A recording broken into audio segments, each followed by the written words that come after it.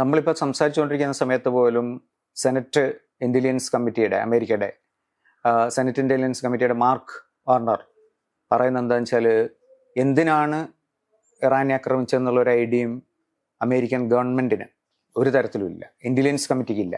അതായത് ഇത്രയും വലിയ അക്ഷൗഹിണി ഇറാൻ്റെ അടുത്ത് എത്തിയിരിക്കുകയാണ്, അവിടുന്ന് ഭീകരമായ ആക്രമണം നടത്തുകയാണ് ഇസ്രായേലും കൂടിയിട്ട്. പക്ഷെ എന്തിനാണ് ആക്രമിക്കുന്നത് എന്നുള്ളതിനെ കുറിച്ച് അമേരിക്കൻ ജനതയ്ക്കോ അമേരിക്കൻ ഇന്റലിജൻസിനോ യാതൊരു ഐഡിയ ഇല്ല. ഇക്കോണമിസ്റ്റ് വാരിക പറയുന്നത് എന്താണെന്ന് വെച്ചാൽ എന്തിനെന്നറിയാതെ ട്രംപ് നടത്തുന്ന ഒരു യുദ്ധം, ഒരു ആക്രമണം, യുദ്ധം എന്ന് പറയാൻ പറ്റില്ല, അങ്ങോട്ട് കയറി ആക്രമിച്ചിരിക്കുകയാണല്ലോ. അതിൻ്റെ ഒരു സുപ്രീം ലീഡറെ കൊലപ്പെടുത്തുന്നു, അതിൻ്റെ ടോപ്പ് കമാൻഡർമാരെ മുഴുവൻ വധിക്കുന്നു. അതായത് ഒരു രാഷ്ട്രത്തിൻ്റെ ആഭ്യന്തരമായിട്ട് അതിന് ഒരു ഭരണക്രമം ഇതൊക്കെ ഉണ്ട്. അവിടെ എത്ര തന്നെ ക്രൂരമായ ഭരണക്രമമായാലും ശരി, ഒരു എക്സ്റ്റേണൽ ഏജൻസി നടത്തുന്ന വധമായിട്ടാണ് നമുക്കതിനെ കാണാൻ പറ്റുക. അപ്പോൾ ഈ ഒരു അവസ്ഥയിലാണ് നിൽക്കുന്നത്. മാത്രമല്ല, നമ്മളെ സംബന്ധിച്ചിടത്തോളം വലിയൊരു ഡയസ്പോറ ഈ മിഡിൽ ഈസ്റ്റിൽ വലിയ ക്രൈസിസ്, അതായത് നമുക്ക് കേരളത്തിന് അനുഭവിക്കുന്ന പോലെ തന്നെയുള്ള ഒരു പ്രതിസന്ധി ഇപ്പോൾ അനുഭവിച്ചുകൊണ്ടിരിക്കുന്ന ഒരു വലിയ ജനത അവിടെയുണ്ട്, ഇതിൻ്റെയൊക്കെ തുടർച്ചയായിട്ട്. ഈ ഒരു സന്ദർഭത്തിലാണ് നമ്മൾ സംസാരിക്കുന്നത്. കാരണം നമ്മളെപ്പോഴും പറയുന്നതാണ് അമേരിക്കയുടെ ഏകപക്ഷീയമായ ഇത്തരത്തിലുള്ള ഇൻവേഷൻസ്, സാമ്രാജ്യത്വ അധിനിവേശം എന്നൊക്കെ പറഞ്ഞിട്ട് നമ്മളെപ്പോഴും പറയുന്നത് അതിൻ്റെ തന്നെ ക്ലാസിക്കൽ ടെക്സ്റ്റാണ് ഇപ്പോഴും ഇവിടെയും ഉദ്ധരിക്കാൻ പറ്റുക. ഈ ഒരു അവസ്ഥയിൽ ഇത് എങ്ങനെയാണ് ഇപ്പോൾ ഇനി യുദ്ധം മുന്നോട്ട് പോവുക എന്നുള്ളതിനെ പറ്റി നമുക്കൊന്നും ഒരു ഐഡിയ ഇല്ല. എന്തായാലും ഇറാൻ അത്ര പെട്ടെന്ന് കീഴടങ്ങുന്ന ഒരു സ്റ്റേറ്റ് ആണെന്ന് തോന്നുന്നില്ല. കാരണം അവർ ഏതാണ്ട് പോപ്പിന് തുല്യമായിട്ട് വിശ്വസിക്കുന്ന ഒരു ആത്മീയ നേതാവിനെയാണ് വധിച്ചിരിക്കുന്നത്. അതും ഒരു ചർച്ചയുടെ ഇടവേളയിലാണ് ഇത് സംഭവിക്കുന്നത് എന്നുള്ളത് ഏറ്റവും ഗുരുതരമായിട്ടുള്ള ഒരു ചീറ്റിങ്ങിന്റെ ഒരു സംഭവം കൂടി ട്രംപിന്റെ ഭാഗത്തു നിന്നുണ്ട്. അപ്പൊ ഇതിനെ ഈ ഒരു അവസ്ഥയെ എങ്ങനെയാണ് നിങ്ങൾ നോക്കി കാണുന്നത്? അതല്ല, നമുക്കിവിടെ മനസ്സിലാക്കാൻ പറ്റുന്ന കാര്യം വെച്ചിട്ടുണ്ടെങ്കിൽ ഇത് ഇസ്രയേലും യു എസും സംയുക്തമായി നടത്തിയ അധിനിവേശമാണ്. അതെ. ഇറാൻ എന്നുള്ളവരെ സംബന്ധിച്ചിടത്തോളം കുറച്ച് ഇത് ഇപ്പൊ ഇറാനായിട്ട് ഇടക്കാലത്ത് സന്ധി സംഭാഷണമൊക്കെ ശ്രമിച്ചിരുന്നു. ഇപ്പൊ ന്യൂക്ലിയർ ഡീലായി ബന്ധപ്പെട്ടൊക്കെ നടന്നുകൊണ്ടിരിക്കുകയായിരുന്നു. പെട്ടെന്നാണ് ഇതുപോലെ തന്നെ സെനറ്റ് അംഗീകാരമില്ല, ആരുടെ അംഗീകാരം, ട്രംപ് സ്വമേധയാ ഈ അധിനിവേശം പ്രഖ്യാപിക്കുകയും അവിടെ പോയി ആക്രമിക്കുന്നത്, ഇസ്രായേലിന്റെ സഹായത്തോട്, ഇസ്രായേലിന്റെ പിന്തുണയോട്, ഇസ്രായേലിന്റെ അറിവോടുകൂടി ചെയ്യുന്നത് നെതന്യാഹുവിന്റെ. ഇവിടെ എനിക്ക് തോന്നുന്ന കാര്യം, നമുക്ക് മനസ്സിലാക്കാൻ പറ്റുന്ന കാര്യത്തിൽ നിന്ന്, അതായത് നമ്മുടെ ലോകത്തെ വാർത്താ മാധ്യമങ്ങളിൽ നമുക്ക് എത്താവുന്ന കാര്യം, അത് ന്യൂയോർക്ക് ടൈംസ് ആണെങ്കിലും വാഷിംഗ്ടൺ പോസ്റ്റ് ആണെങ്കിലും അൽ ജസീര, വ്യത്യസ്ത നിലപാടുള്ള ഗാർഡിയൻ ആണെങ്കിലും നമ്മുടെ ഹിന്ദു ആണെങ്കിലും അങ്ങനെ വ്യത്യസ്ത അഭിപ്രായങ്ങൾ തരുന്ന ലോകമാധ്യമങ്ങളിൽ നമുക്ക് മനസ്സിലാക്കാൻ പറ്റുന്ന കാര്യം വെച്ചിട്ടുണ്ടെങ്കിൽ, ഇതിനകത്തൊരു പ്രധാനപ്പെട്ട കാര്യം ട്രംപ് ഉദ്ദേശിച്ചിട്ടുണ്ടെങ്കിൽ ട്രംപിന്റെ ക്ലാസിക്കൽ നിലപാട് യുദ്ധം ഒഴിവാക്കുക എന്നുള്ളായിരുന്നു. പിന്നെ സമാധാനകാംക്ഷിയായിട്ട് സമാധാന നോബൽ സമ്മാനം മേടിക്കായിരുന്നു. അപ്പൊ അതിനൊരു റിപ്പബ്ലിക്കൻസിനിടയിൽ തന്നെ അത് ട്രംപിന് പ്രശ്നം ഉണ്ടാക്കാൻ സാധ്യതയുണ്ട്. കാര്യം എന്താണ് അതിന് മാറിപ്പോയെന്നുള്ളത്. പെട്ടെന്നൊരു കാര്യം നമുക്ക് ഇതിന്റെ അകത്ത് അനുമാനിക്കാന്ന് വെച്ചിട്ടുണ്ടെങ്കിൽ, ഈ ഇറാനിലെ ഭരണമാറ്റം അമേരിക്കയും ഇസ്രായേലും പ്രതീക്ഷിച്ചിരുന്ന ഒരു കാര്യമാണ്. കഴിഞ്ഞ കുറച്ചു കാലമായിട്ട് അവിടെ നടന്ന പ്രൊട്ടസ്റ്റുകൾ പല സ്ഥലത്തും നടക്കുന്നുണ്ട്. ബംഗ്ലാദേശിലും പ്രൊട്ടസ്റ്റിൽ ഭരണമാറ്റം ഉണ്ടായി. അതിലും ഒരുപക്ഷെ ഷെയ്ഖ് ഹസീന എന്ന് ആരോപിച്ചിരുന്നു അമേരിക്ക ഇടപെടലുണ്ടായിരുന്നു. ഈ പ്രൊട്ടസ്റ്റുകളിലൂടെ ഭരണമാറ്റം ഒരു സാധ്യമായിട്ടുള്ള കാര്യം. അവിടെ തുടർച്ചയായി കുറെ പ്രൊട്ടസ്റ്റ് ആയിരുന്നു. ഏറ്റവും അവസാനം പ്രൊട്ടസ്റ്റും ഭരണമാറ്റത്തെ പ്രതീക്ഷിച്ചിരുന്നു. പക്ഷേ ഇറാനിലൊരു ഒരു സിസ്റ്റത്തിന്റെ അകത്ത്, ഇസ്ലാമിക് റിപ്പബ്ലിക്കിന്റെ അകത്ത് ഈ ഭരണമാറ്റം പ്രക്ഷോഭത്തെ തുടർന്ന് അങ്ങനെ ഭരണമാറ്റം സാധ്യമാണെന്നുള്ളൊരു എളുപ്പമല്ല എന്നൊരു അനുമാനത്തിലേക്ക് ഒരുപക്ഷെ ഇസ്രായേലും അമേരിക്ക എത്തിയിട്ടുണ്ടാവും. അപ്പോൾ അങ്ങനെ ഒരു ഘട്ടത്തിൽ കഴിഞ്ഞാൽ പിന്നെ മറ്റൊരു വഴി വെച്ചിട്ടുണ്ടെങ്കിൽ ഭരണത്തെ പ്രതിസന്ധിയിലാക്കുക എന്നുള്ളത് അധിനിവേശം തന്നെയാണ്. ആ ഒരു ഘട്ടത്തിലായിരിക്കും ഒരു അധിനിവേശത്തെ കുറിച്ച് ആലോചിക്കുന്നതും പെട്ടെന്ന് ആക്രമിക്കാനായിട്ടുള്ള തയ്യാറെടുക്കുന്നത്. അല്ലാതെ എന്താണ് ഇതിൽ ട്രിഗർ ചെയ്തൊരു കാര്യം ഇപ്പോഴും ആർക്കും വ്യക്തമല്ല. അപ്പോൾ ഭരണമാറ്റം, അതുകൊണ്ടാണ് ഇയാൾ പറയുന്നത്, ആവർത്തിച്ച് ട്രംപ് വ്യക്തമാക്കുന്ന കാര്യം, ഞങ്ങൾ റെജീം ചേഞ്ചാണ് ഉദ്ദേശിക്കുന്നത്. പക്ഷെ റെജീം ചേഞ്ച് നടക്കില്ല എന്ന് എല്ലാവർക്കും അറിയുന്ന കാര്യം. ഇസ്ലാമിക് റിപ്പബ്ലിക്കിൽ എത്ര എളുപ്പത്തിൽ റെജീം ചേഞ്ച്, മാത്രമല്ല അവരെ സംബന്ധിച്ചുള്ള പഴയ ഷായുടെ പിന്തലമുറക്കാരനെ, റാസ ഷായ ഹൽവിയുടെ പിന്തുണക്കാരനെ, അദ്ദേഹം വാഷിംഗ്ടൺ പോസ്റ്റിലാണോ അറിയില്ല, അതോ ന്യൂയോർക്ക് ടൈംസിലാണോ എന്നറിയില്ല, അതിനെക്കുറിച്ച് എഴുതിയിട്ടുണ്ട് കാര്യം, ഈ ഭരണമാറ്റ ആവശ്യത്തെ കുറിച്ചിട്ട്. പക്ഷെ അയാൾക്കൊരു പിന്തുണ നമ്മുടെ രാജ്യത്തിലുണ്ടെങ്കിൽ ഉള്ള കാര്യം, തീർത്തും പിന്തുണ കാര്യം. അവിടുത്തെ ലിബറൽ എന്ന് വിളിക്കുന്ന ആൾക്കാർ ഇയാൾ പിന്തുണ ഈ മൊണാർക്കിയെ പിന്തുണയ്ക്കുന്ന ആൾക്കാരും അല്ല. അല്ലെങ്കിൽ ഇസ്ലാമിക് റിപ്പബ്ലിക്കിനെ ദുർബലപ്പെടുത്തുക എന്നുള്ള ഒരു കാര്യമുണ്ട്. രണ്ടാമത്തെ നമുക്ക് തോന്നാവുന്നൊരു കാര്യം, വെനിസ്വേലയെ പോലെ തന്നെ ഈ അമേരിക്കയുടെ എണ്ണക്കൊതിൻ്റെ അകത്തൊരു ഫാക്ടർ തന്നെയായിരിക്കും. വെനിസ്വേല ആക്രമിക്കപ്പെട്ടു, ഇറാൻ ആക്രമിക്കപ്പെട്ടു. ഈ രണ്ടിൻ്റെയും നമുക്ക് എണ്ണ രാഷ്ട്രങ്ങളാണ് ഇതൊക്കെ. ഇപ്പൊ എണ്ണയെ ബന്ധപ്പെട്ട വലിയ താല്പര്യങ്ങൾ അതിൻ്റെ അകത്ത് നിൽക്കുന്നുണ്ട്. ഇപ്പൊ വെനിസ്വേല ആണെങ്കിലും ഇറാനാണെങ്കിലും അവരുടെ എണ്ണ മുഴുവൻ കയറ്റുമതി നടത്തിയിരുന്നത് ചൈനയായിട്ടായിരുന്നു. അതെ. അപ്പോൾ റഷ്യയെ ആക്രമിക്കാൻ ഒരു നിവൃത്തിയില്ല. റഷ്യയുടെ എണ്ണ വാങ്ങുന്നതിനെ പലതരത്തിൽ ഇന്ത്യ പോലെ രാജ്യങ്ങളെ നിരുത്സാഹപ്പെടുത്താനും താരിഫ് ഏർപ്പെടുത്തി ട്രംപ് ചെയ്യുന്നുണ്ട്. എണ്ണയെ ബന്ധപ്പെട്ട് രാഷ്ട്രീയത്തിനകത്ത് പ്രകടമാണ്. അത് വെനിസുലയെ നമുക്കറിയാം, മധുരയെ തട്ടിക്കൊണ്ടുപോവുകയും അവിടുത്തെ പുതിയ ഭരണവ്യവസ്ഥ വരികയും അവരായിട്ട് മധുരയുടെ പിന്തുടർച്ചക്കാർ തന്നെയാണ് അധികാരത്തിൽ വന്നിട്ടുള്ളത് അവിടെ. പക്ഷെ അവരായിട്ട് ഒരു സന്ധി സംഭാഷണം എത്തുകയും അവിടെ അടുത്ത കാലത്ത് പ്രസിഡൻസിനൊക്കെ പുറത്തു വിടുമല്ലോ, അപ്പോൾ അവരായിട്ടൊരു ഒത്തുതീർപ്പിൽ എത്തിച്ചേരാൻ സാധിച്ചിട്ടുണ്ട്. അതുപോലെ തന്നെ ഇവിടെയും ഭരണമാറ്റമായിരിക്കില്ല ആത്യന്തികമായിട്ട് ട്രംപും ഉദ്ദേശിക്കുന്നുണ്ടാവുക.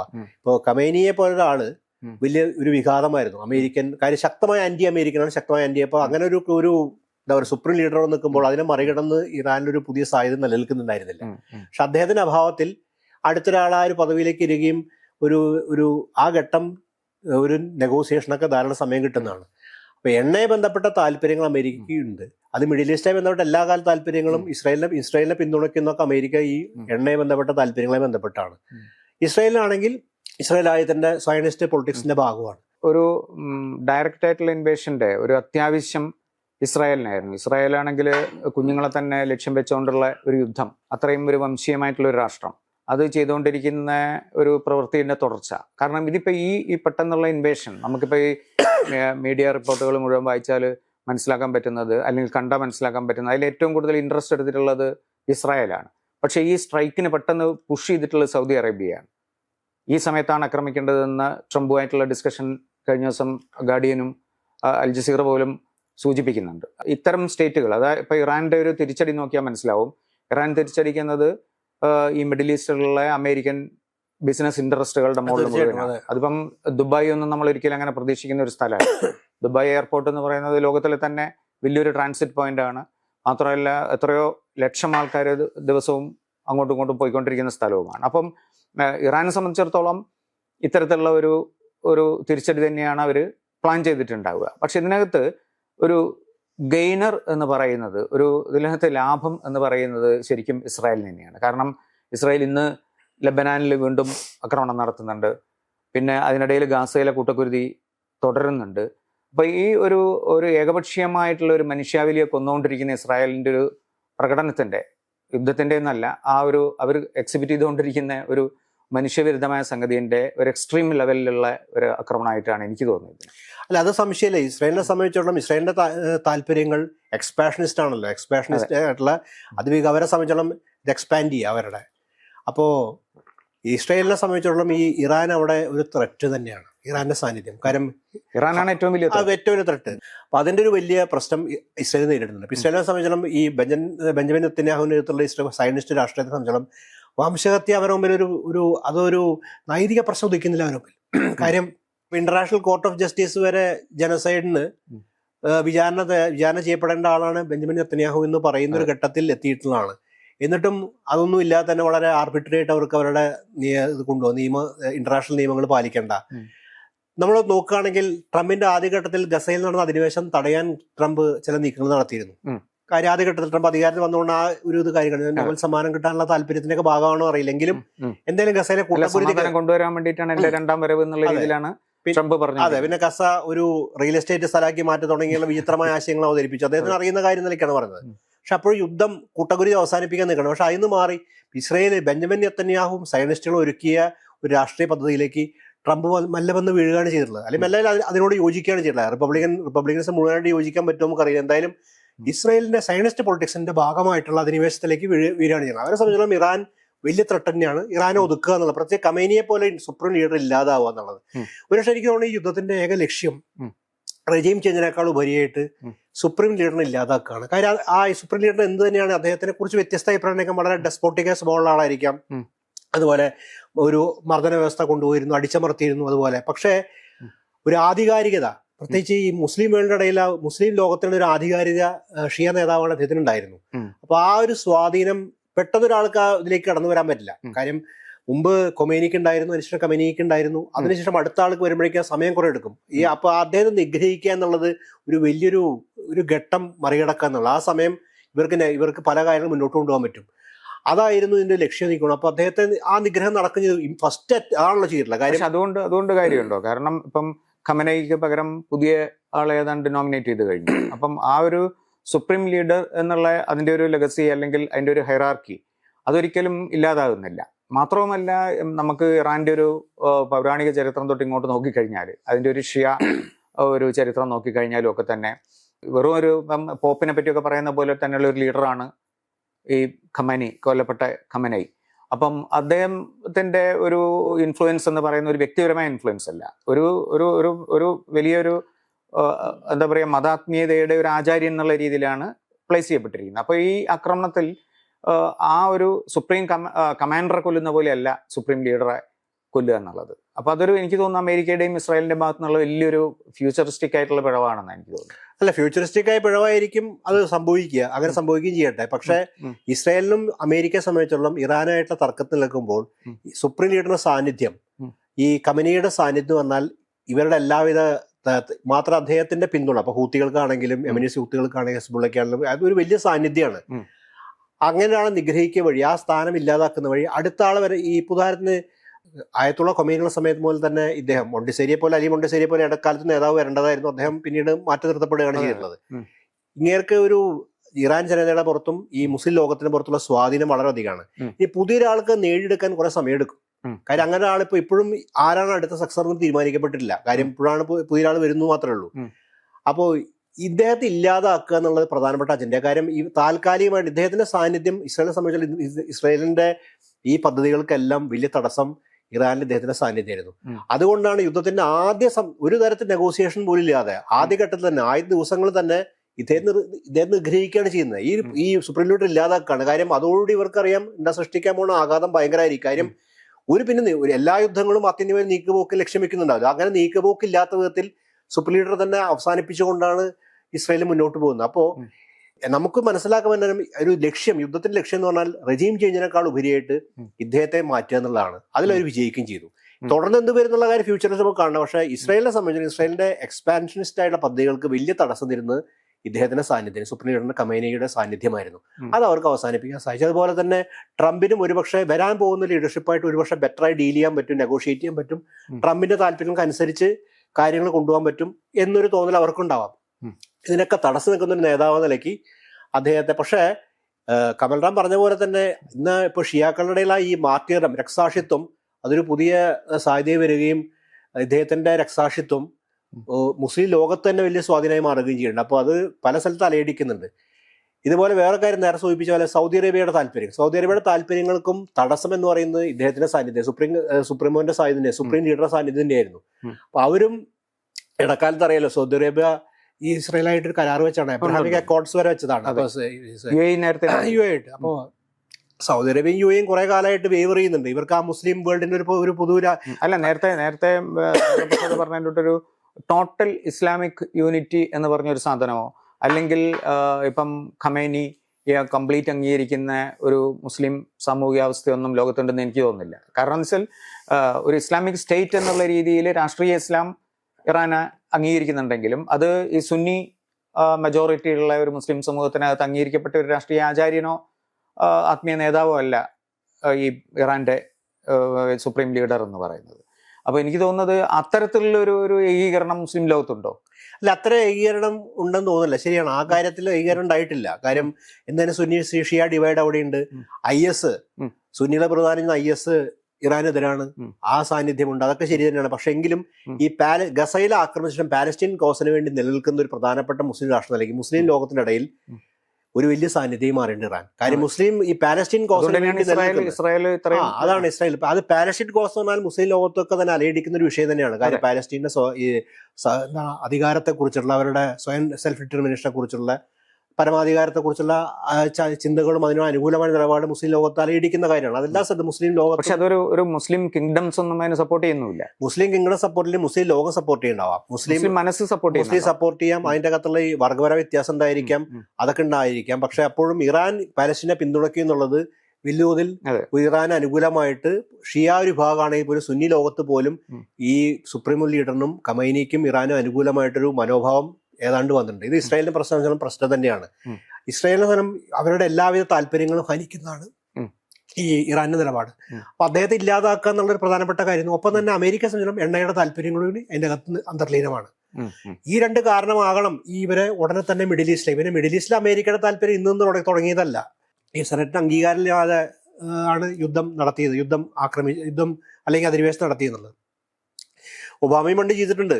Osama bin Laden. പക്ഷേ ഒസാമ ബിൻ ലാദനെ പിടിക്കാനാണ് ആരുടെ അംഗീകാരം എടുക്കാൻ പോയി ചെയ്തതാണ്. പക്ഷെ അതിന് ഇവർക്ക് പറയാവുന്ന ഒരു കാര്യം, ഒരു പ്രതികാരത്തിന്റെ അമേരിക്കൻ ഒരു പ്രതികാരദാഹിയായ രാജ്യമാണല്ലോ. അപ്പൊ ആ പ്രതികാരം തീർക്കാൻ വേണ്ടിയായിരിക്കും, അതുകൊണ്ടാണല്ലോ അത് ചെയ്തിട്ടുള്ളത്. പക്ഷെ അങ്ങനെ മുമ്പ് പക്ഷെ ആർബിട്രറി അല്ലാത്തൊരു ഇമ്പീരിയലിസം അമേരിക്ക ഒരു കാലത്ത് ഉണ്ടായിട്ടില്ല. സാമ്രാജ്യത്തിന്റെ സ്വഭാവം തന്നെ ആർബിട്രറി ആണ്. അവര് നിയമം അനുസരിച്ച് ഇപ്പോ അതാണ് കാനഡയുടെ പ്രസിഡന്റ് ഈ ട്രംപ് ആയപ്പോ താരിഫ് പോകുന്ന സമയത്ത് ഈ താരിഫ് പ്രഖ്യാപിക്കുന്ന എല്ലാം തന്നെ ഇപ്പോ അമേരിക്കൻ കോടതി ഇടപെടണം നിർബന്ധമായ സാഹചര്യം. എല്ലാ ആർബിട്രറി ആണ്, റൂൾ ബേസ്ഡ് ഒരു നിയമവ്യവസ്ഥയിലല്ലോ. ഇപ്പൊ UN അംഗീകരിച്ചിട്ടാണോ? UN അമേരിക്ക ഏത് കാലത്ത് UN അംഗീകരിച്ചിട്ടുള്ളത്? അല്ലെങ്കിൽ അമേരിക്ക വീറ്റോ ഉപയോഗിച്ചിട്ടുണ്ട്. വീറ്റോ പവർ ഉപയോഗിച്ച് UNന്റെ തീരുമാനം അട്ടിമറിച്ചെന്നല്ലാതെ ഇസ്രായേലിനെതിരെ അന്വേഷണത്തിനെതിരെ, ഇസ്രായേലിലെ വംശഹത്യക്ക് അന്വേഷണത്തിന് അമേരിക്ക വീറ്റോ പ്രയോഗിച്ചു. അല്ല, അമേരിക്ക എപ്പോഴാണ് റൂൾ ബേസ്ഡ് ആയ സിസ്റ്റത്തിന് വേണ്ടി നിന്നിട്ടുള്ളത്? ഒരു കാലത്തും അമേരിക്ക റൂൾ ബേസ്ഡ് ആയിട്ടുള്ള നിയമവ്യവസ്ഥയ്ക്ക് അനുസരിച്ചുള്ള ഇന്റർനാഷണൽ റിലേഷൻസ് വേണ്ടി നിന്നിട്ടില്ല. എപ്പോഴും ആർബിട്രറി ആയിട്ടുള്ള തീരുമാനം എടുക്കുക.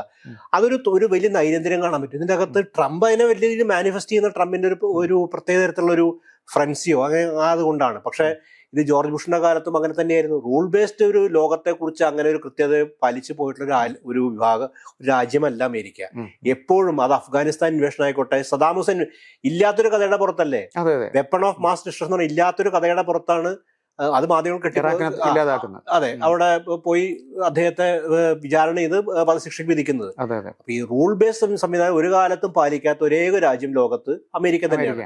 അതിന്റെ തുടർച്ചയാണ്. അത് കുറച്ചുകൂടി പ്രകടമായി മാനിഫെസ്റ്റ് ചെയ്യുന്നു ട്രംപിൽ. കാര്യം ട്രംപ് കുറച്ചു കാലമായിട്ട് പല കാര്യം താരിഫിന്റെ പ്രഖ്യാപനത്തിലാണെങ്കിലും പല കാര്യം ചെയ്തു. അതിന്റെ ഏറ്റവും പ്രകടമായ ഒരു ഭാവമായിട്ട് ഇത് മാറി. അത് തൊട്ടുമുമ്പ് നമ്മൾ കണ്ടതാണ് വെനിസ്വേലയിലെ എന്ത് നിയമത്തെ അടിസ്ഥാനത്തിലാണ് ഒരു രാജ്യത്തെ പരമാധികാര രാജ്യത്തെ പ്രസിഡന്റ് തട്ടിക്കൊണ്ടുവരുന്നത്.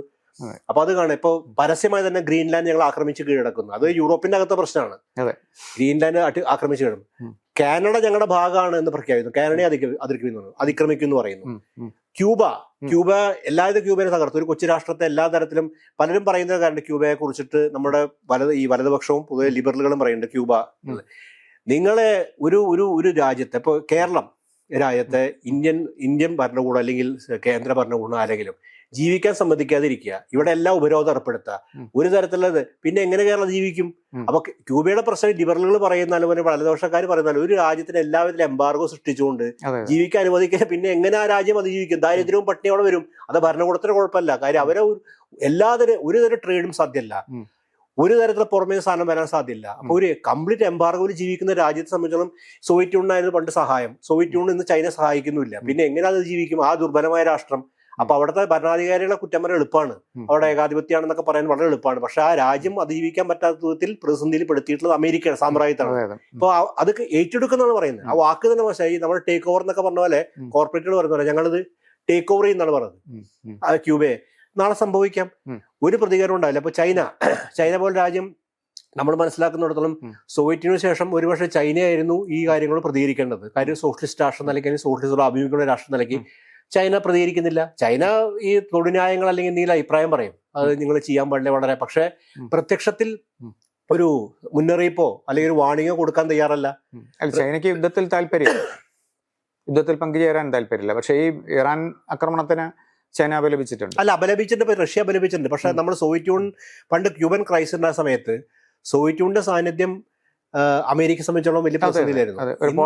അതെ, ആ ഒരു ഘട്ടത്തിൽ ചൈനയ്ക്ക് ഇതിന്റെ അകത്ത് എടുക്കാവുന്ന നിലപാട് ഇപ്പൊ നമുക്ക് ഒരു എളുപ്പത്തിൽ പറയാനില്ല. പക്ഷെ ചൈന ഒരു പ്രധാനപ്പെട്ട രാഷ്ട്രം നിലയ്ക്ക്, റഷ്യ പ്രധാനപ്പെട്ട രാഷ്ട്രം നിലയ്ക്ക്, ബ്രസീൽ പ്രധാനപ്പെട്ട രാഷ്ട്രം, ഇന്ത്യ പ്രധാനപ്പെട്ട രാഷ്ട്രം നിലയ്ക്ക് ഒരു ഐക്യത്തിൽ നിലപാട് സ്വീകരിക്കുന്നത് അമേരിക്കയും റഷ്യയും പ്രതിരോധത്തിലാക്കും. ഒരുപക്ഷെ എനിക്ക് തോന്നുന്നു ഇതിന്റെ അകത്ത് കാണുന്ന കാര്യം ഇപ്പൊ ഈ നരേന്ദ്രമോദിയുടെ ഇസ്രായേൽ വിസിറ്റ് തൊട്ട് പിന്നാലെയാണ് ഇറാൻ ആക്രമണം നടക്കുന്നത്. അപ്പോൾ എന്തൊക്കെ തരം ജിയോ പൊളിറ്റിക്സിൽ എന്തൊക്കെ തരത്തിലുള്ള സ്വാധീനങ്ങളും നമ്മൾ അറിയാത്ത തരത്തിലുള്ള പ്രത്യക്ഷത്തിൽ കാണാത്ത തരത്തിലുള്ള അന്തർധാരകളാണ് നടക്കുന്നത് നമ്മൾ ആലോചിക്കണം. കാര്യം നരേന്ദ്രമോദിയുടെ വിസിറ്റിന് ശേഷമാണ്, തൊട്ട് പിന്നാലെയാണ് ഇസ്രായേലിന്റെ ഇറാൻ ആക്രമണം നടക്കുന്നത്. അല്ല, അതുമായിട്ട് നമുക്ക് കണക്ട് ചെയ്യാൻ പറ്റും തോന്നുന്നില്ല.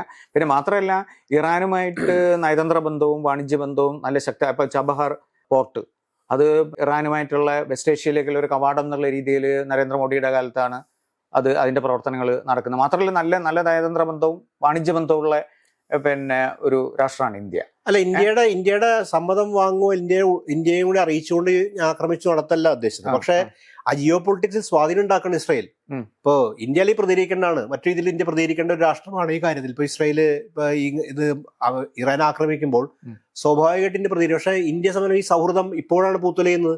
അപ്പോൾ പ്രതികരിക്കാനൊരു വിമുഖത ഉണ്ടാവും. കാര്യം എങ്ങനെ ഇസ്രായേൽ നിലപാടെടുക്കും? കാര്യം സൗഹൃദ രാഷ്ട്രമാണ്. കഴിഞ്ഞ ആഴ്ചകൾ ഇന്ത്യൻ പ്രധാനമന്ത്രി നമ്മുടെ പ്രധാനമന്ത്രിയോട് വിസിറ്റ് ചെയ്തതാണ്. അതെ. ചൈനയുടെ പ്രസ്താവന നമ്മൾ നോക്കുകയാണെങ്കിൽ അപലപിച്ചു എന്നുള്ള എല്ലാവർക്കും വളരെ ദുർബലമാണത്. പിന്നെ ചൈനയുടെ താല്പര്യങ്ങളുണ്ട്. കാര്യം തൈവാൻ ഈ ചിപ്പ് മാനുഫാക്ചർ ചൈനയ്ക്ക് ഏറ്റവും കൂടുതൽ ചൈന ഈ പെട്രോളിയം അല്ലെങ്കിൽ ഗ്യാസ് ഏറ്റവും കൂടുതൽ ഇറക്കുമതി ചെയ്യുന്നത് ഇറാനിൽ നിന്ന്. അതെ.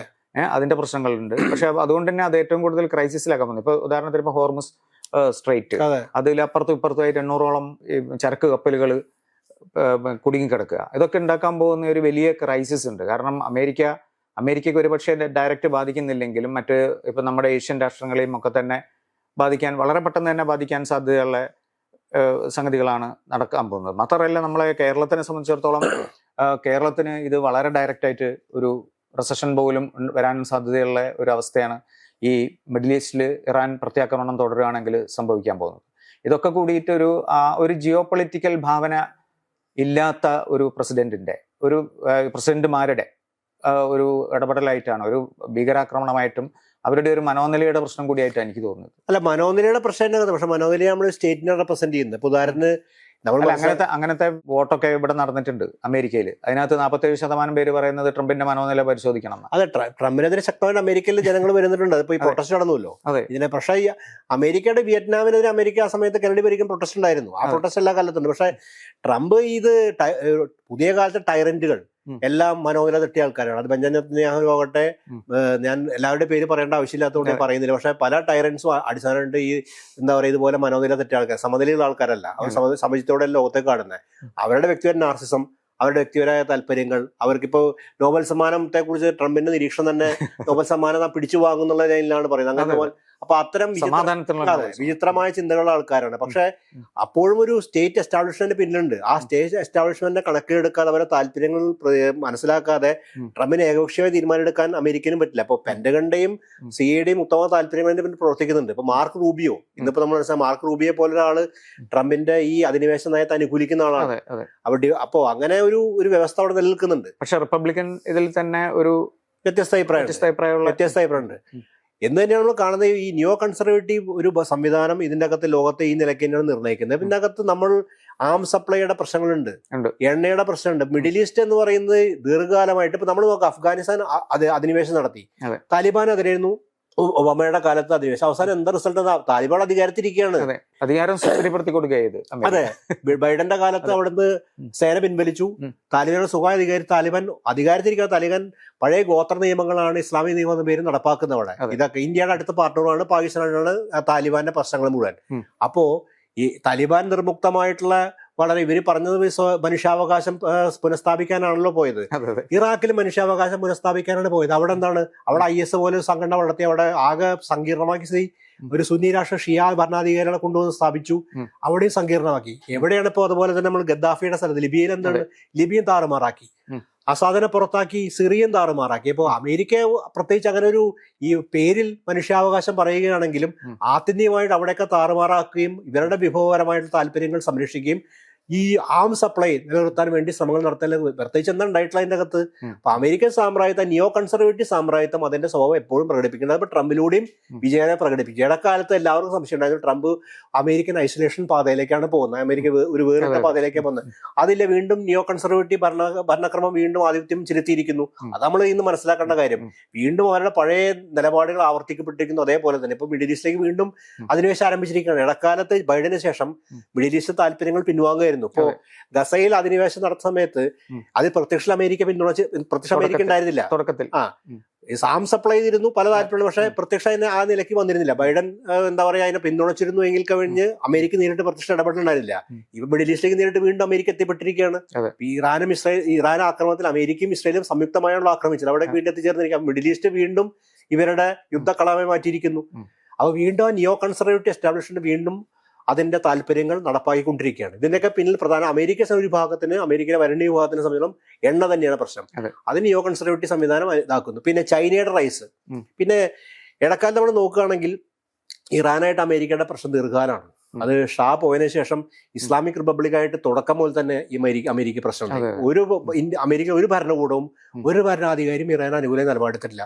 ഇസ്ലാമിക് റിപ്പബ്ലിക് 79 സ്ഥാപിതമായതിനു ശേഷം, ഷാ അവിടുന്ന് പുറത്താക്കപ്പെട്ട ശേഷം അമേരിക്ക ശക്തമായിട്ട് എതിരാണ്. മാത്രമല്ല ഇസ്ലാമിക് റിപ്പബ്ലിക് അത് കൊമേനിയുടെ കാലം മുതൽ തന്നെ ആന്റി അമേരിക്കൻ ആണ്, ആന്റി വെസ്റ്റേൺ അവരുടെ നിലപാട്. അതിന്റെ നല്ല പ്രതിനിധിയായിരുന്നു ഖമനേയി, ആ ആന്റി വെസ്റ്റേണിന്റെ. അമേരിക്കയുടെ ദീർഘകാലത്തെ റൈവൽറി ഇതുണ്ട്. ഇതിനും പ്രശ്നത്തിന് ഇറാന്റെ റൈസും, കാര്യം ഒരു ഓയിൽ റിച്ച് രാജ്യം നിലയ്ക്ക് ഇറാന്റെ മിഡിൽ ഈസ്റ്റിലെ പ്രസൻസും ഇത് ഒരുപക്ഷെ ഈ മുസ്ലിം രാഷ്ട്രങ്ങളുടെ സാന്നിധ്യവും അതൊരു റഷ്യയായിട്ട് ഉണ്ടാക്കാൻ പോകുന്ന ബന്ധം, ചൈനയെ ഉണ്ടാക്കാൻ പോകുന്ന ബന്ധം, ഇന്ത്യയായിട്ട് സാരഥ്യത്തിന് നല്ല ബന്ധമാണ് ഇറാനുള്ളത്, വളരെ നല്ല ബന്ധമാണ്. അപ്പൊ ഇതിനെക്കുറിച്ച് ഇറാൻ ഒരു വലിയൊരു രാഷ്ട്രമായി മാറുന്ന അമേരിക്ക ഉൾക്കൊള്ളാനാവുന്നില്ല. കാര്യം അമേരിക്കയുടെ താല്പര്യങ്ങൾക്ക് അത് ബാധിക്കും. അപ്പൊ ഇറാനെ ചെറുതാക്കുക, ഇറാനിൽ അപ്പൊ ഇവിടെ ഇനി റെജീം ചേഞ്ചിനേക്കാൾ ഉപരിയായിട്ട് ഞാൻ വീണ്ടും ആ പോയിന്റ് പറയാൻ ശ്രമിക്കുന്നു. ഖമനിയെ പോലൊരു സുപ്രീമോന്റെ സാന്നിധ്യം ഇല്ലാതാക്കിക്കൊണ്ട് ദുർബലപ്പെടുത്തുക, വെനിസ്വേല പോലെ ദുർബലപ്പെടുത്തിക്കൊണ്ടാണ്. അല്ലാതെ ഇവിടെ ലിബറലുകൾ പല ആൾക്കാർ പ്രതീക്ഷിക്കുന്നുണ്ട്. ഇപ്പൊ നമ്മൾ കേരളത്തിൽ കാണുന്ന പ്രത്യേകത, ഒരുപക്ഷെ യുദ്ധത്തിന്റെ ഏറ്റവും വലിയ തിക്താനുഭവം നേരിടാൻ പോകുന്ന ജനത കേരളമായിരിക്കും. കാര്യം നമ്മൾ ഡയസ്പോറ മിഡിൽ ഈസ്റ്റിലാണുള്ളത്. കേരളത്തിൽ പല വലദോഷക്കാരും ഇത് ആഘോഷിക്കുന്ന കാണുമ്പോൾ എനിക്ക് വളരെ തമാശ തോന്നുന്നുണ്ട്. ആഘോഷിക്കുക പറഞ്ഞാൽ ഇതിനൊരു ക്രിസ്ത്യൻ മുസ്ലിം യുദ്ധമായിട്ടൊക്കെ കാണുന്ന അങ്ങനെ ചില വ്യാഖ്യാനത്തിന്റെ അകത്തുണ്ട്. അതിനൊപ്പം തന്നെ കാണുന്ന വെച്ചിട്ടുണ്ടെങ്കിൽ ഇറാനിൽ കുറച്ചു കാലം നടക്കുന്ന പ്രൊട്ടസ്റ്റ് ഉണ്ട്. അത് വസ്ത്രധാരണത്തിലെ പ്രൊട്ടസ്റ്റ്, പിന്നെ ഇടക്കാലത്ത് അവിടുത്തെ ഇടത്തരക്കാർ നടത്തിയ പ്രൊട്ടസ്റ്റ് ഒക്കെ ബന്ധപ്പെട്ട് അവിടുത്തെ ഭരണവ്യവസ്ഥയ്ക്ക് അത് ഇസ്ലാമിക് റിപ്പബ്ലിക് എന്ന പ്രൊട്ടസ്റ്റ്, ആ ചെറുത്തിൽപ്പുകളൊക്കെ നമ്മൾ അംഗീകരിക്കും, പ്രോത്സാഹിപ്പിക്കുന്നുണ്ട്. പക്ഷെ അതിനിവർ കാണുന്നത് ഈ അമേരിക്കൻ പ്രോജക്റ്റിന്റെ ഭാഗമായിട്ട് ഇത് കണ്ടുകൊണ്ട് ഇവര് അതിനെ വിലയിരുത്തുന്നത് എന്തോ ഒരു എന്താ പറയാ, ഈ അമേരിക്കൻ പ്രോജക്റ്റിന്റെ ഭാഗമായിട്ടല്ല അവർ കാണുന്നത്. അവിടെ എന്തോ വലിയ ലിബറൽ സംവിധാനം വരാൻ പോകുന്നു. അങ്ങനെ ഒരു ലിബറൽ സംവിധാനം വരാൻ പോകുന്നില്ല. ഈ ഷാ എന്ന് പറയുന്ന ആൾ ഒട്ടും ലിബറൽ ആയിരുന്നില്ല. ഇനി വരാൻ പോണ പഴയ രാജവാഴ്ച പുനഃസ്ഥാപിക്കാൻ ആഗ്രഹിക്കുന്നവര്. അതുകൊണ്ട് അമേരിക്കയ്ക്ക് അങ്ങനെ ലിബറൽ ഒരു മനുഷ്യാവകാശ ബദ്ധമായ ലോകമൊന്നും അവർക്ക് താല്പര്യമുള്ള കാര്യം ഒരു സ്ഥലത്ത് നടപ്പാക്കിയിട്ടില്ല. അപ്പോൾ നമ്മുടെ വിഡ്ഢികളായ നമ്മുടെ ഇവിടുത്തെ കുറെ ലിബറലുകളും വലതുപക്ഷക്കാരും വലതുപക്ഷം മുഖംമൂടിയിട്ടുള്ള ലിബറലുകളും ലിബറൽ മുഖംമൂടിയിട്ടുള്ള വലതുപക്ഷക്കാരും തെറ്റിദ്ധരിപ്പിക്കുകയാണ്. അമേരിക്ക ഒരു സ്ഥലത്തും മനുഷ്യാവകാശം നടപ്പാക്കിയിട്ട് മനുഷ്യാവകാശ ഭരണകൂടങ്ങളെ കൊണ്ടുവന്നിട്ടില്ല, അല്ലെങ്കിൽ അതിന് അനുകൂലമായിട്ടുള്ള ലോകത്തെ ഏറ്റവും ഈ പാവ ഭരണകൂടങ്ങളെ, മനുഷ്യാവകാശ വിരുദ്ധ ഭരണകൂടങ്ങളെ ഇന്നും പ്രോത്സാഹിപ്പിക്കും, പിന്തുണയ്ക്കും ചെയ്യുന്നതാണ് അമേരിക്ക. അപ്പൊ അങ്ങനെ ലിബറൽ വ്യവസ്ഥ വരാൻ പോകുന്നില്ല അവിടെ. ഒരുപക്ഷെ ഇതിന്റെ തിക്താനുഭവം നേരിടാൻ പോകുന്നത് ഇന്ത്യക്കാരൊപ്പം തന്നെ ഒരുപക്ഷെ ഈ ഇസ്ലാമിക് റിപ്പബ്ലിക് ഒരുപക്ഷെ അടുത്ത ഘട്ടത്തിൽ അമേരിക്ക സന്ധിയായി കഴിഞ്ഞാൽ അവിടുത്തെ ലിബറലുകൾ തന്നെയാണ് വീണ്ടും പ്രസിദ്ധരാവാൻ പോണത്. കാര്യം അവർക്കെതിരേക്ക് വീണ്ടും ഒരു അമേരിക്ക അക്ഷരം ചെയ്യേണ്ടത്. അമേരിക്കയുടെ താല്പര്യങ്ങൾ സംരക്ഷിക്കപ്പെട്ടാൽ പിന്നെ അമേരിക്ക എന്താണുള്ളത്? അപ്പോ ഇന്നിപ്പോ താലിബാൻ നടക്കുന്ന പോലെ താലിബാനെതിരെ മനുഷ്യാവകാശത്തിന്റെ പേരിലാണ് അഫ്ഗാനിസ്ഥാൻ ആക്രമിച്ചത്. ഇന്ന് താലിബാൻ നടത്തുന്ന ഗോത്രനിയമങ്ങളെ കുറിച്ച് അമേരിക്കൻ ഒരു അഭിപ്രായം പോലും നിങ്ങൾ കേട്ടിട്ടുണ്ടോ? ഇല്ല, കേൾക്കില്ല. അപ്പൊ ഇതാണ് ഇന്നത്തെ ലോകവ്യവസ്ഥ. അപ്പൊ അമേരിക്കയുടെ ആർബിട്രറി റൂള് ട്രംപിലൂടെ ഒന്നുകൂടി പ്രകടമായിരിക്കുന്നു എന്നുള്ളതല്ലാതെ കവിഞ്ഞ് നമുക്ക് ഇതിന്റെ അകത്തൊന്നും കാണാൻ പറ്റില്ല. അപ്പൊ ഇസ്രായേലിനെ സംബന്ധിച്ച് മിഡിൽ ഈസ്റ്റിൽ അവർക്ക് ഇനിയും വ്യാപിപ്പിക്കണം, ഗസ പിടിച്ചിറക്കണം, വെസ്റ്റ് ബാങ്ക് പിടിച്ചിറക്കണം, അവർക്ക് ലെബനിലേക്കും എക്സ്പാൻഡ് ചെയ്യണം. ആ പൊളിറ്റിക്സ് അവർക്ക് കൃത്യമായി നടപ്പാക്കണം. അതുപോലെ അവിടെ പാലസ്തീൻ സമഗ്രാധികാരം സ്ഥാപിച്ചുകൊണ്ട് അവർക്ക് എല്ലാവിധ അവിടുത്തെ പ്രക്ഷോഭങ്ങളെ ഇല്ലാതാക്കണം. ആ താല്പര്യങ്ങൾ സംയുക്തമായി ചേരുന്നതാണ്. ഗസയിൽ നമ്മൾ കാണുന്ന സമയത്ത് പോലും അമേരിക്കയ്ക്ക് ചെറിയ അവരെ പിന്തുണച്ചിരുന്നെങ്കിലും അമേരിക്ക ഒരു ആശങ്കയിലായിരുന്നു. കാര്യം ലോകരാഷ്ട്രങ്ങളല്ലെന്ന്. പക്ഷെ അതും ഇപ്പോൾ ഇല്ലാത്ത അവസ്ഥയായി. ഇപ്പൊ ഗസയിൽ ഇപ്പൊ നിർബാധം വീണ്ടും അവിടെ കൂട്ടക്കൊല ആരംഭിച്ചിരിക്കുകയാണ്. ഇസ്രായേൽ അതിന്റെ ആദ്യത്തെ സ്വഭാവം വീണ്ടും പ്രകടിപ്പിച്ചിരിക്കുന്നു, കൂട്ടക്കൊലകൾ ആരംഭിച്ചിരിക്കുന്നു, അതതിന്റെ എക്സ്പാൻഷനിസ്റ്റ് പ്രോജക്റ്റ് ആരംഭിച്ചിരിക്കുന്നു. മറുഭാഗത്ത് അമേരിക്കയുടെ എണ്ണ താല്പര്യങ്ങളെ ബന്ധപ്പെട്ട് മിഡിൽ ഈസ്റ്റിലേക്ക് വീണ്ടും കടന്നിരിക്കുന്നു. അപ്പോൾ ലോകം നമ്മൾ പറയുന്ന നോക്കുകയാണെങ്കിൽ 2000-നും നമ്മുടെ ഈ കഴിഞ്ഞ നൂറ്റാണ്ടിൽ എന്താണോ ഈ സോവിയറ്റ് യൂണിയന് ശേഷം ഉണ്ടായ അതിലേക്ക് മടങ്ങിപ്പോകുന്ന അവസ്ഥയാണുള്ളത്. അതായത് വാസ്തവം പറയുകയാണെങ്കിൽ നമ്മൾ വീണ്ടും ആ വലതുപക്ഷത്തിന്റെ ഒരു ലോകവ്യവസ്ഥ വീണ്ടും പുനഃസ്ഥാപിക്കപ്പെട്ടിരിക്കുന്നു, സാമ്രാജ്യത്തിന്റെ പുനഃസ്ഥാപിക്കപ്പെട്ടിരിക്കുന്ന അവസ്ഥയിലാണ് നിൽക്കുന്നത്. ഇത്രയും കാലം നമ്മൾ പറഞ്ഞുകൊണ്ട് യുദ്ധമില്ലാത്ത ലോകം, അതായത് ഒരു ഘട്ടത്തിൽ സ്റ്റീഫൻ വിങ്ങറെ പോലെ ആൾക്കാരൊക്കെ പറഞ്ഞു യുദ്ധമില്ലാത്ത വയലൻസ് ഇല്ലാത്ത യോഗം വരുന്നു. എവിടെ വന്നു? അപ്പൊ സാമ്രാജ്യത്വവും മുതലാളിത്വവും ഈ രീതിയിൽ നിലനിൽക്കുന്ന കാലം ലോകത്ത് ഒരു കാരണവശാലും സമാധാനം സ്ഥാപിക്കപ്പെട്ടില്ല. അതാണ് അടിസ്ഥാന പാഠം. സാമ്രാജ്യത്വം എന്ന് പറഞ്ഞാൽ മുതലാളിത്തത്തിന്റെ ഉന്നതമായ രൂപമാണ്. ആ സാമ്രാജ്യത്തിൽ നിലനിൽക്കുന്നിടത്തോളം കാലം ഒരു കാലത്തും ലോകത്ത് ഒരു കാലം സമാധാനം നിലനിൽക്കില്ല. കാര്യം സാമ്രാജ്യത്തെ വെട്ടിപ്പിടിക്കലിന്റെ കഥയാണ്. അവരുടെ വിഭവങ്ങൾ സമാഹരിക്കുന്ന കീഴ്പ്പെടുത്തിക്കൊണ്ടാണ്. അത് ലോകത്ത് നിലനിൽക്കുന്ന കാലം എവിടെ സമാധാനം സ്ഥാപിക്കപ്പെടുകയില്ല. പക്ഷെ ചെറുത്തിൽപ്പിന്റെ ഘട്ടം 20-ാം നൂറ്റാണ്ടിലൊക്കെ കാണാൻ സാധിക്കും. സോവിയറ്റ് യൂണിയൻ, സോഷ്യലിസ്റ്റ് രാഷ്ട്രങ്ങൾ, അപകോളീകരിക്കപ്പെട്ട രാഷ്ട്രങ്ങളുടെ നിലപാടുകൾ, ഇന്ത്യയുടെ നിലപാട് അതും പോയി. കാര്യം എല്ലാ സ്ഥലങ്ങളും വലതുപക്ഷ രാഷ്ട്രീയ അധികാരങ്ങളാണ്, വലതുപക്ഷ ഭരണാധികാരികൾ അധികാരത്തിരിക്കുന്ന വലതുപക്ഷ ഭരണകൂടങ്ങളാണ്. അപ്പൊ അത്തരം ചെറുത്തുനിൽപ്പ് ഇല്ലാതായി മാറി. അപ്പൊ പരിപൂർണമായ രീതി പഴയ ലോകവസ്ഥയിലേക്ക് മാറുന്ന വിധത്തിൽ മാറുകയും അത് ലോകത്തിന് വലിയ ആഘാതം സൃഷ്ടിക്കാം. നമ്മൾ വിചാരിക്കാത്ത വിധത്തിൽ ആഘാതം സൃഷ്ടിക്കാൻ സാധ്യതയുണ്ട്. ഇപ്പോ നമ്മുടെ യുദ്ധത്തിന്റെ സ്വഭാവം മാറിയിട്ടുണ്ട്.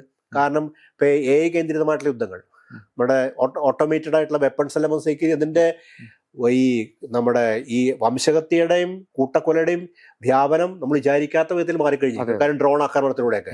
അപ്പൊ ഇതിന്റെ വലിയൊരു ദുരന്തം ശരിക്കും ലോകം അഭിമുഖീകരിക്കുന്നുണ്ട്. തിരിച്ചടികളും അതുപോലെ തന്നെ തിരിച്ചടികൾ അപ്രതീക്ഷിതമാണ്. അതുപോലെ അങ്ങനത്തെ വലിയ ദുരന്തം അഭിമുഖീകരിക്കുന്നുണ്ട്. മലയാളികളെ സംബന്ധിച്ചോളം വലിയ പ്രസന്തം ഇതിനകത്ത്. കാര്യം ലോകത്ത് എവിടെയും ഡയസ്പോറ മലയാളിയാണ്.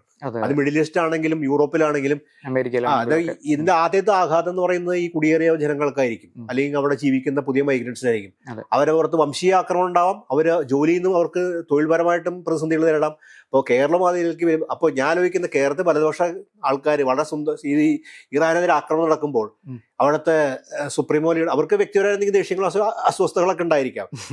അങ്ങനെ പറയുമ്പോഴും ഒരു മലയാളി എന്ന് ആലോചിക്കും, മലയാളിക്ക് ഉണ്ടാക്കുന്ന പ്രത്യേകത്തെ കുറിച്ച് ഒട്ടും ആലോചിക്കാതെ പലദോഷക്കാർ വന്നിട്ട് ഈ ഹാലിളക്കുന്നത്.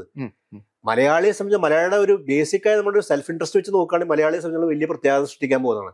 അതുപോലും പരിഗണിക്കാതെയാണ് ഇതിനെക്കുറിച്ച് ആർമാദിക്കുന്നുള്ളതാണ് അത്ഭുതകരമായിട്ടുള്ള കാര്യം.